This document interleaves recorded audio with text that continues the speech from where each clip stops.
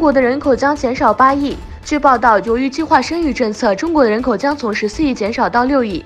根据中国社会科学院的一份报告，由于独生子女政策，该国人口首次大幅下降。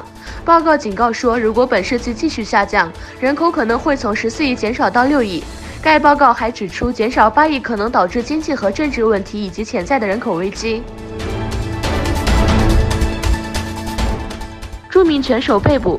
中国政府一直试图消除有影响力的维吾尔人，最近有不少的维吾尔精英遭到了任意逮捕并送进了集中营。据土厥斯坦时报报道，著名拳手阿布都热希提汗被捕并被送往集中营。阿布都热希提汗是一名职业教练和体育教练，同时也被称为一名民族主义者和虔诚的穆斯林。印度官员军队处在高度警戒的状态。印度武装部队官员表示，他们将继续瞄准巴基斯坦的恐怖分子营地。印度军事官员在新德里举行的新闻发布会上，印度陆军少将马哈尔说，这场战争是针对恐怖主义的，并准备摧毁巴基斯坦的恐怖组织目标。另一方面，俄罗斯和美国宣布他们准备在两国之间进行调节。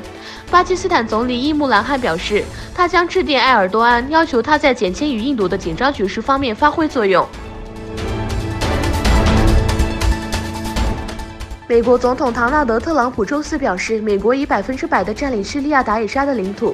美国总统特朗普表示，美国领导的叙利亚军队已经夺回了曾经被达以沙恐怖组织控制的所有领土。